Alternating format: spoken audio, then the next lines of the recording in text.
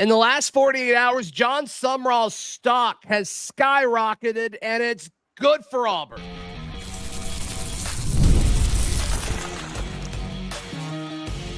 You are Locked On Auburn, your daily podcast on the Auburn Tigers. Part of the Locked On Podcast Network, your team every day. Yes, welcome on in to Locked On Auburn, your daily Auburn Tigers podcast. I'm your host, Zach Blackerby, and thank you so much for making Locked On Auburn your first listen every single day. We're dapping it up with the Darrell Dapprich, Montgomery radio legend, hanging out with us. We will give our picks for Auburn versus Mercer. As far as predictions, I think everybody's picking Auburn in this game, but Deuce Knight is starting. What kind of impact could that have on Saturday, as well as for the future of the Auburn football program? But Jon Sumrall in this coaching carousel, it's kind of heated up. His name has trended up over the last 48 hours and stuff that's become somewhat interesting, Darrell. And I think it's good for Auburn. I think his name has kind of been farther down on a lot of people's list when you talk about all the great jobs that are available: Auburn, LSU, Florida, Penn State. And it's like, oh, why is only Auburn looking at him? And now we know that that doesn't actually seem to be the case. It's such a contradictory situation because when you talk about things picking up, it seems like he's been there all along. He has been the one constant candidate since it looked like Hugh Freeze may lose his job early in the season when we were on Hugh Freeze watch. That has been on everybody's lips. I've said to you before, it's rare that a coaching search, you hire the dude that everyone's been talking about for months. That dude is Jon Sumrall. So maybe it started out being under the radar, but for people that were disappointed with that take and disappointed that he was probably the leader in the clubhouse, their argument was, well, Auburn's the only one that wants him. He's a group of five coach. That argument has completely been flipped on his head the last 48 hours. Number one, very, very good sources, intel that I trust. Some of your cohorts at Locked On, Ole Miss have made it very clear that if Lane Kiffin was to leave for another job, Sumrall would be a huge target for Ole Miss. Okay? Yes, Ole Miss seems to be very aware of Jon Sumrall. Secondly, the report comes out yesterday from On3 that he's going to interview with Florida. Auburn people freak out. Then Nakos comes back and says, no, that's not true. That's been canceled. I don't know. The verbiage on that's very confusing. Has it been canceled? Was it never going to happen? I don't know. That's agent speak as to how they want it to be presented. Right. Yeah. And I mean, even like the betting odds early for LSU, like he was the betting favorite to win the LSU job for given a short amount of time, but I do think he opened as the favorite there. And so it's just interesting that he's been tied to Auburn this whole time. And like you said, we've been, okay, well, like what's up with this? This seems too obvious. Now, all of a sudden, he does appear to be the most desired coach that's available right now. And so now if he does end up at Auburn, it can't be like, oh, well, like y'all settled for this guy. Like, no, I think this is the guy. Like, I think this is the guy that a lot of people want. Other than Lane Kiffin, I think he's the hottest. Yeah, which I don't think was realistic for Auburn. I think that was more realistic, obviously, for LSU or Florida. Right. But something that I do think has driven up the value of Sumrall is Lane Kiffin, because I think the biggest threat to Auburn for Sumrall is Ole Miss, because I think Ole Miss, he is plan A clearly, is what it seems, if Lane Kiffin is to leave. And here's why this is an issue. John Cohen's been pretty consistent with saying, we want our guy as soon as the Iron Bowl ends. We want to get there as close as possible. I'm really expecting next Sunday to have a new head coach. That's really just where I'm at. I think John Cohen has been too direct and too consistent and too, I mean, it's in a good way, loud as far as making sure that message gets out there. Hey, I've got a plan. It's going to be there quickly, because that Wednesday, we need to have a head coach in place for signing day. He's talked about how important that is. And he's right. It is important. The issue is, and we've heard about this ultimatum and all this drama happening in Oxford, which it seems like Ole Miss has just gone to Lane Kiffin. It's like, look, hey, this has been great. I hate that it seems to be coming to an end. If you're leaving, you need to tell us, because we need to make calls, because the Egg Bowl is one day prior to the Iron Bowl. And I do think from a timing standpoint, that could give Ole Miss an advantage if John Cohen does not have Jon Sumrall already locked into a contract, which another issue with the timing is Sumrall going to be willing to do that if he's playing for a conference championship the following week? A lot to digest. First of all, I feel really good with the people that have told us all along that have been really, really right in the past. Things can change. It changed with Lane Kiffin 3 years ago. But we have been told that the Auburn job is the job that Sumrall wants first and foremost, even over Ole Miss, whatever, because, his wife's an Auburn graduate. He's from Huntsville, that kind of thing. I get he coached at Ole Miss. So that's the first thing, is that I think that to him, the Auburn job is still the one that he would want the most. Second of all, the timing thing doesn't bother me at all, because many times you can hire a coach, announce the coach, make it official, and say, oh, by the way, we're going to let him coach in his championship game. He's earned that. That looks good. That's a great PR move. And I'll talk more about public relations in a second. That's a great PR move. People do two jobs all the time in the coaching industry. They're coaching their team while they're trying to get stuff in line for their new team with recruiting or whatever. So I don't think that's an issue. You have an inherent luxury if you keep DJ Durkin that can steady the ship and hold the thing together and handle the recruiting and handle portal retention and all that kind of roster retention and all that kind of stuff. So I'm not so concerned about that. Let him go coach his kids, right? The third thing is, if I was to tell you that Jon Sumrall had interest from Ole Miss and Florida, but still chose the Auburn job, there it is. A great public relations boom for Auburn, who lately has been on the other side of the public relations, public perception stick. Let him interview with Florida, let Ole Miss pursue him. That's fine. That's not a bad thing. It's a good thing, because if he chooses Auburn after being pursued by those schools, it looks great for Auburn. It fires up the Auburn fan base. And then all of a sudden, Sumrall becomes more attractive in their eyes, because they're saying, Florida wanted him, Ole Miss wanted him, and we got him. I used the analogy on a call-in show yesterday about a girl that you want to ask to the prom, and you may be undecided about whether you want to ask her until 4 other dudes ask her. Then she looks a lot more desirable and, to ask to the prom. You know what I mean? I mean that in a good way. She looks like, oh wow, there's more of a desire to go ahead and get her to prom. Yes. Deal, right? You got to ask her. This is what I'm saying. When other people want your candidate and he chooses you, it makes that candidate look better. Yes. Period. And that's why it's a good thing for Auburn. Yeah. I don't. I'm sorry with the prom analogy. I saw you look away there. I apologize. I hope I didn't throw you with the prom analogy. No, I think it's great. Just a little bit of a throwback. That's all. Yes. Puts more pressure on John Cohen, but I don't know if that's a bad thing.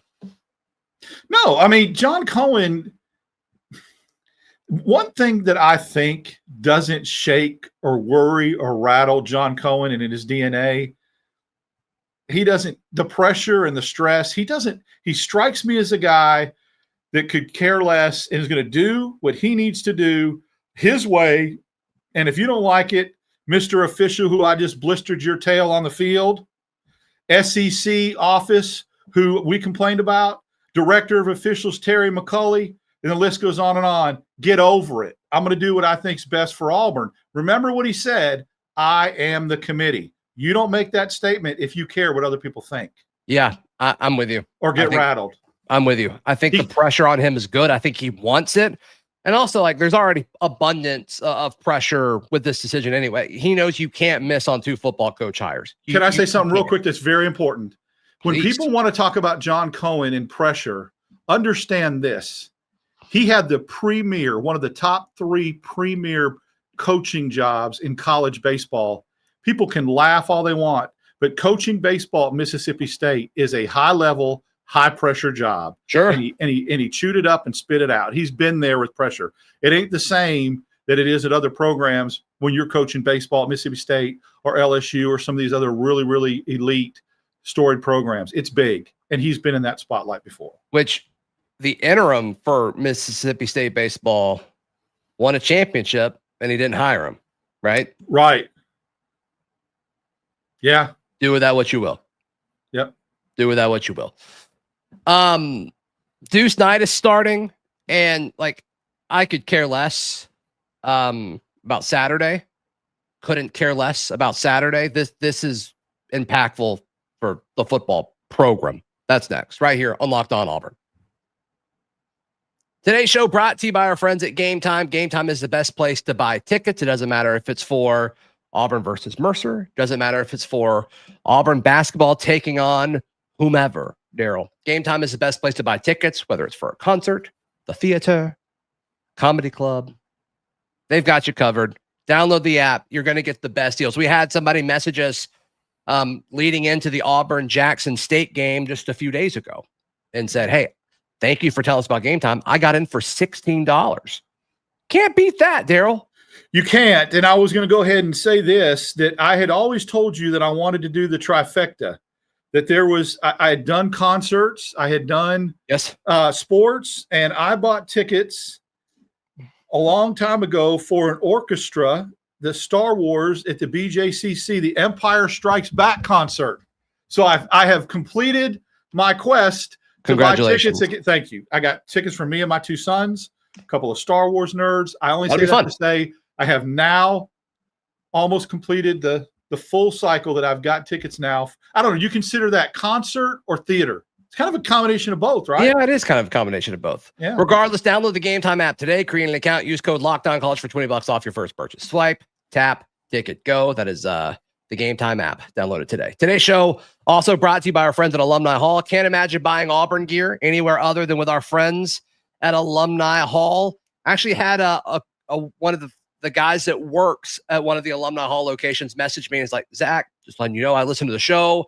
And people are coming in all the time saying that they hear about Alumni Hall on Locked On Auburn, which is great. Don't stop. Don't stop going to Alumni Hall, where you can find all of the best brands that are all, officially licensed Auburn stuff, which is great. It doesn't matter if it's for you, significant other, doesn't matter the age, if it's for a baby, whatever it is. They've got you covered over at Alumni Hall, both online at alumnihall.com and physical stores in the Auburn, Opelika, and Huntsville stores. Thank you so much for Alumni Hall for sponsoring Locked On Auburn. Darrell Dapprich, Deuce Knight, starting per reports against Mercer. This is the right decision, not only for Saturday, which obviously you want him to look good on Saturday. This is the most important decision in regards to Auburn football's future. It's not the head coach. It's not the most important thing, but it could be your quarterback of the future. And starting him on Saturday gives you more information about the guy who could be the face of your program for the next few years. It could. I'm going to take that with a grain of salt because of who Auburn's playing. And as I've mentioned before, what we're talking about this year. You could have a completely different staff coaching him next year. So if he doesn't light it up against Mercer, I'm not going to panic and think he's not the dude. If he goes out and drops 4 bills, I'm not going to say Heisman candidate next year either. I think we take it all with a grain of salt because of who they're playing and because of what this staff and who could be coaching him next year. I do think it's very important in the here and now to get him on the field and get him some experience, get him some reps, because I think he probably thought, let's be honest, Zach, he was going to get more garbage time, pickup time, whatever it was, to play this year, and it just hasn't come his way. So good for DJ Durkin to not only do that, but, oh, by the way, the most important thing to me is now we get to see him with all the ones. How is that going to look? They were not able to do that against Ball State. Right. Yeah, production is one thing, and I do think if he looks awful, it may answer a few questions, but I don't think your take good or bad, take it with a grain of salt. I'm not going to push back on that at all. But the most important thing is you need to position Deuce in a way where he is most likely to return next year. And I think starting him undoubtedly does that. If you don't, it sends a message that you don't. If you didn't start him, it would speak volumes to him, right, wrong, perceived, whatever. They don't really think that highly of me. They don't have me in their future plans. They don't believe in me enough to start against Mercer. That answers this question. I'm really looking forward to seeing, with Jeremiah Cobb in the backfield and Mercer trying to overplay Cobb, if he runs it a little bit, right? I mean, and then I'm very interested to see him throwing it to Coleman, and Singleton and how that looks. I mean, there's just some aspects of this now that an otherwise pedestrian game should be intriguing, have some intriguing aspects to it. Yeah. Yeah, it definitely makes Auburn Mercer more interesting. At 11 a.m. Right. 11 a.m. Yeah. I'm gonna get it's a biscuit game. You stop on the way and get a biscuit. A biscuit game. I like that. We called them something different in Pennsylvania. You want to know what they were called in Pennsylvania? Sure. A bagel game. You're gonna laugh. I prefer bagels to biscuits. Me too. Yeah. Yeah. We're gonna get slammed for that. Oh, people just thought they hated me with my cornbread take. Now I'm gonna buy me a shirt that says Bagel Gangster to match my cornbread gangster shirt. Yeah, gangster. Yeah. So many different foods. Yeah. Yep. Yeah. Curious to see who Deuce feels the most comfortable throwing to. I mean, the sample size has been so small. His go-to was Bryce Kane. With what we saw against Ball State, didn't really go so great. Curious if he feels super comfortable, like looking at Cam Coleman first, or does he get Malcolm Simmons more involved? Like, I'm curious to see like where his comfortable outlet is in the passing game with the ones. In practices, in preseason practice, when he jumped out there with the ones, he threw a lot of balls when I was at the practices to Brandon Frazier and Cam Coleman. Now, Frazier's such a big target. He's such a mammoth of a guy. It's hard to miss. And I hope he play. Well, I mean, I don't care. I hope he's healthy for Alabama, but because we need him. So, yeah, it'll be interesting. Maybe Preston Howard breakout game. Could be. Yeah. All right. We make some predictions for Auburn taking on Mercer next, right here on Locked On Auburn. Today's show brought to you by our friends at FanDuel. FanDuel is the best place to wager. It is America's #1 sportsbook. Of course, the NBA is back. If you want to get in on the action there, FanDuel is the official sports betting partner of the NBA. Auburn, a 27.5-point favorite against Mercer. Also just a 5.5-point dog in the Iron Bowl against Alabama. Take that for what it's worth. But get in on the action right now. New customers with FanDuel, you can get $300 in bonus bets when your first $5 bet wins. So head to FanDuel.com to sign up and play your game with FanDuel, the official sports betting partner of the NBA. Auburn takes on Mercer this Saturday in the final tune-up before the Iron Bowl. We just mentioned it. Auburn, a 27.5-point favorite. So the question is, can Auburn win by 4 touchdowns? I think they will. I think Auburn covers this ridiculously large spread. I think the offense looks crisp. I think you're going to see a balanced game plan that gives Jeremiah Cobb some stats to put him over 1,000 yards. I think they're going to try to do some things to, let Deuce Knight look good. And to me, I think that's kind of, I think that's what the offense is going to do. And the byproduct of that is points. And I know Mercer's offense has done well. I expect Auburn's defense to slow them down. I think Auburn just barely doesn't cover with a backdoor field goal, and Auburn wins 38-13. Okay.